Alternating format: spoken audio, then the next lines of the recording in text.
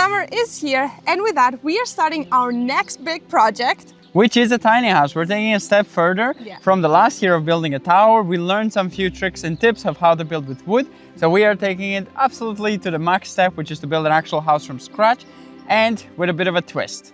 We have 2 tasks to complete. One of them is time and one of them is budget. So we are gonna try to stay under 5,000. That's gonna be a big challenge, but we can see if we can actually do it. And if we go over budget, I mean, there's not gonna be a penalty. We're not gonna lose a challenge, but okay. Well, it's gonna be what it is. And also the time. We have only exactly 30 days. Because Despina's mom is coming and my brother has arrived with his best friend. So we are hosting them in the guest room, and that's why we need a guest house so they could move into there. And my mom can move in her room. And we have today on exactly 1 month. Exactly 30 days. Yes, and at least it has to be livable, where you could put a mattress on the floor, so it has to have a proper floor, walls, and roof. So let's just hope we get it that far. And then during the summer, we are gonna finish it up with perfect inside as well. But 30 days we have to have it so a person can stay in there comfortably and be away from the outside environment. Yes. So with that, now that we have explained you the idea of it, you're probably wondering, where are we gonna plant, where we're gonna build this tiny house? And also this tiny house, I don't know who explained it, it's gonna be on poles, so it is gonna be removable. So we were thinking all kinds of different places in our yard and fields, but the one that works the best is also the one that is closest to water and electricity, because that has to be digged out. So I guess let's go to the place where we have planned to put it.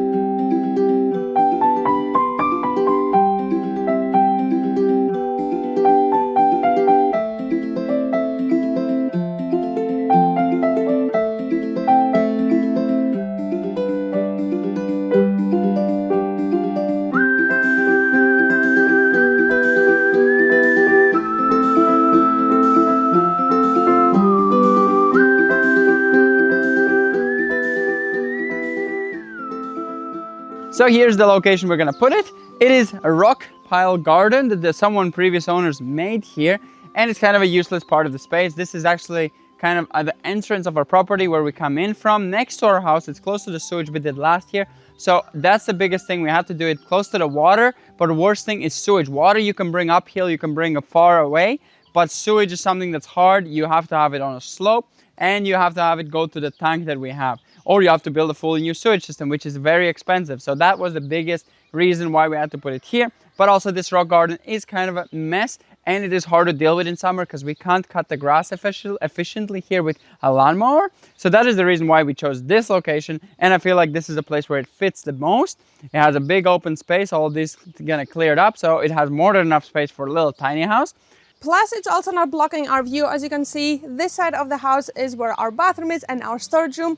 So putting it somewhere in front of our house, it would kind of interrupt with both privacies as well. But also this side we never look at. And yeah, so it wouldn't bother our view. Plus, we also have these bushes and we have a Christmas tree, and we could also put more trees all around, but it is kind of hidden in its own kind of garden. So it will have its own garden as well, with some flowers and some trees. So yeah, that was also really important that we put it in a place where it does not interfere with our garden and our privacy, but it also gives the guests its own privacy. For example, now sitting here where it's kind of the middle where the house will be, I cannot see the house at all. So yeah, let's now get the drone up because we need your help. We have 2 options. We have not fully planned it out yet. We have the location of it, but we have 2 options. Option A is to put the house this way, so the long side going across this way, making the entrance on either probably on that side, so you can have your own private garden over there. Or option B would be to do it the long way this way and have kind of the entrance on the front. I am not sure with which idea we are kind of going. We've been switching around back and forth, so please let us know in the comments, A or B, what do you think would be the smartest and most efficient way of putting this tiny house. So in the past rainy days, David has been working on the plans of it because we have not told you the sizes. So David's gonna tell you his plan.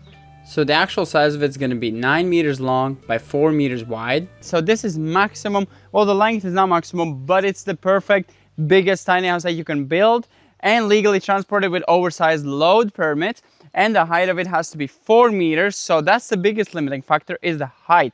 The height is actually something I'm battling and trying to figure out how to squish everything in, but it's definitely going to be a squished bedroom on top because you can't physically have a nice space above your head, but that you're going to see once this thing is getting built.